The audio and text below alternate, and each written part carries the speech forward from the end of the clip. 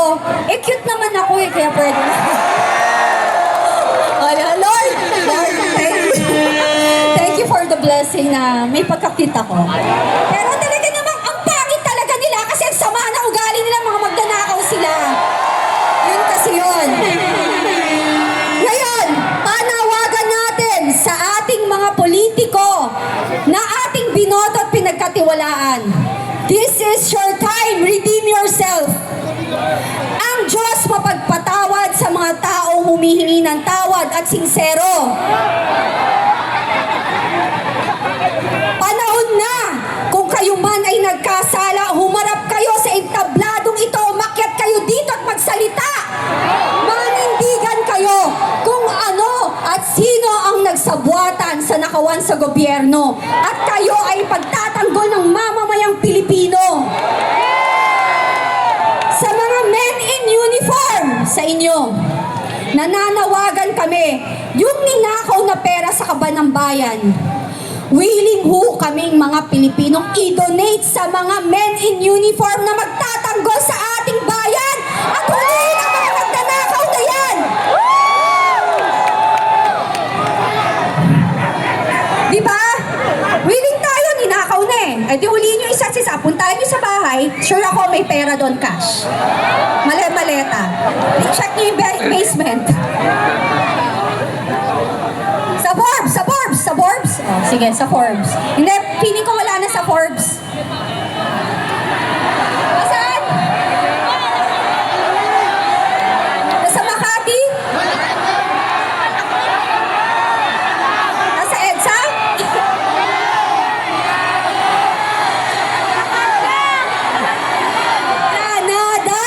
Granada! Oo nga naman, nasa Granada. Diba? Diba? Kasi may delivery daw doon. Diba? Ako nga, kanina, I don't understand saan nanggaling yung sinabi na okay daw ang ekonomiya natin. Mura ba ang gasolina? Mura ang bilihin? Nagtataas ang renta ng bahay, diba? Magkano ang pamasahe ngayon? Diba? Grabe! Diba? Hindi totoo. Puro kasinungalingan. Alam mo ba't di nila nararamdaman yung mahal? Kasi yung perang ginagastos nila, hindi kanila. Diba? Nakaw eh. Diba kagabi sabi ko nga sa inyo, kalyo yan eh. Sa kakapalan na mukha nila, kalyo na sila. Kahit anong tanggal mo, the more mo tinatanggal, kumakapal pag bumabalik. Diba? Kalyo. Diba? Kalyo. Pero alam mo, diba sabi natin, buhaya sila. Hindi na ho buhaya. Hippopotamus na! Diba? Nakita nyo nagtatabaan eh. Diba? Hipo. Baka sabihin nila, hipo. Hippopotamus. Hindi, hippopotamus. Diba? Laki. Alam niyo po yung hipo, diba? Ang laki ng ano, pag nanganon. Diba? At saka kapal din ang balat nun. Diba? Buhaya. Hindi na nanalo yung hindi na nanalo yung buhaya sa hippopotamus, kaya doon lang tayo sa hipo, sa kakapalan. Grabe, no? Saan ka nakakita ng ganitong pagsasama? INC lang nakakagawa nito. Diba? At eto na naman, ang mainstream media, nuknukang sinungaling. Nuknukang sinungaling. Ganyan na ba kababa ang pagkatao ng iilan sa inyo na isinanla nyo na ang kaluluwa ninyo sa demonyo at kaya nyo na magsinungaling? Grabe!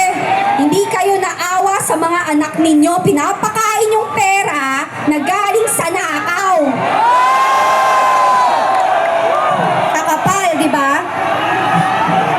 Alam nyo, kayo, ang sarap ng buhay nyo ngayon. Akala nyo lang. Pero bukas makalawa, pa-check up kayo lahat. May sakit kayong walang lunas. Yan ang karmang kang tumatama sa mga taong mga sinungaling, magnanakaw at kumakampi sa mga demonyo.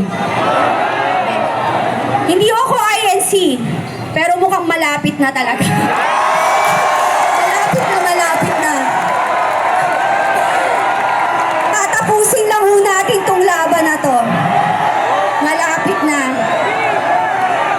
Naging protestante na ako. Born again Christian ako. Born Catholic ako. Pero eto, very inspiring.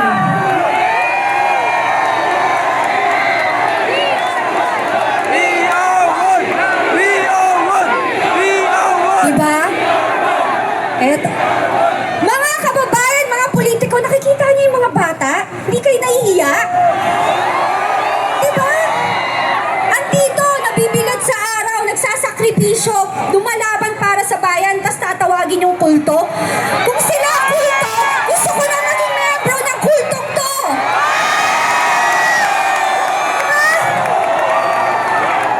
Kulto kayo ng kulto, pero kayo kulto at Nako. Ayun. Ano sasabi? Bakit sila? Sandali lang po. Ba't sila kuto? Diba? Sumisip-sip ng dugo, ng uubos. O diba? Yan ang ginagawa nila sa kaba ng bayan. Suhol. Grabe! Alam mo, ang dami magiging leader ng Iglesia ni Cristo na tunay na ipaglalaban ang mamamayang Pilipino. Diba? Ang gagwapo ba? Kaya kayo dyan na naninira sa Iglesia ni Cristo, inggit-pikit lang kayo. Inggit na inggit kayo. Hindi nyo kasi kayang gawin to na tunay na sama-sama. Sa mga at saka kayo, yung mga naninira sa inyo, yung mga sandamakmak na page sa Facebook, at saka mga troll, nakalista kayo, ipapatawag namin kayo lahat, di namin kayo papatawarin. Hindi pwede. Sobra na kayo. Sabi nga na sa Bible, di ba? Di ba meron tayong mga anghel na kapag nakakita ng demonyo, hindi pinapatawad, kinikitil agad at inuubos.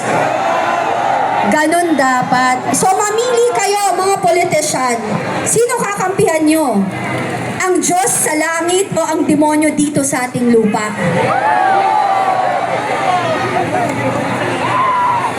Wala na. Hindi na tayo pwede. Hindi na pwede to. I do not forget. Exactly, we don't forget ang mga kalokohan, kasinungalingan, at kahirapang idinulot nila sa mamamayang Pilipino. May bagyong darating na naman. Diba? May bagyong darating na naman.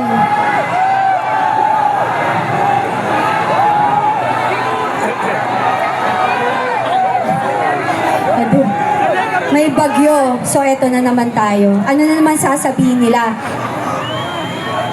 Ha? Bagyong bongbong. Diba? O kaya bagyong mandarambongbong. Diba? Hindi na. Hindi tayo pinapakinggan. Hindi. Walang hindi nag-iisip. Diba? Hindi na tama. Saan ka nakakita ang politician pag tumatakbo? Halos lumuhod sa atin lahat at mangako. Diba? Lahat, langit at lupa, universe, kung pwede lang sungkitin yung buwan, ibibigay sa atin. Pero pag nanalo na, nasa na tayo lahat? Wala.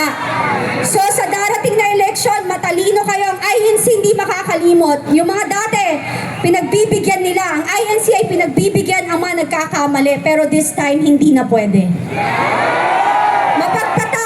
Mapagpatawad, mapagbigay, nakakaintindi. Dahil yan nasa Biblia. Pero hindi na natin pwede po.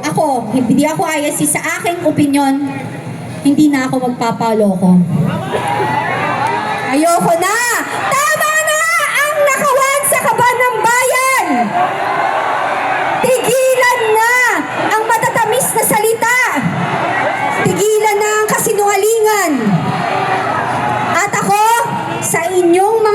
magnanakaw sa mainstream media ng mga sinungaling at mga bayarang troll at sinungaling, tatama ang karma sa iyo simula sa minutong ito. Maraming salamat po, INC! Bilib po ako sa inyo, baw po ako, mataas po respeto ko.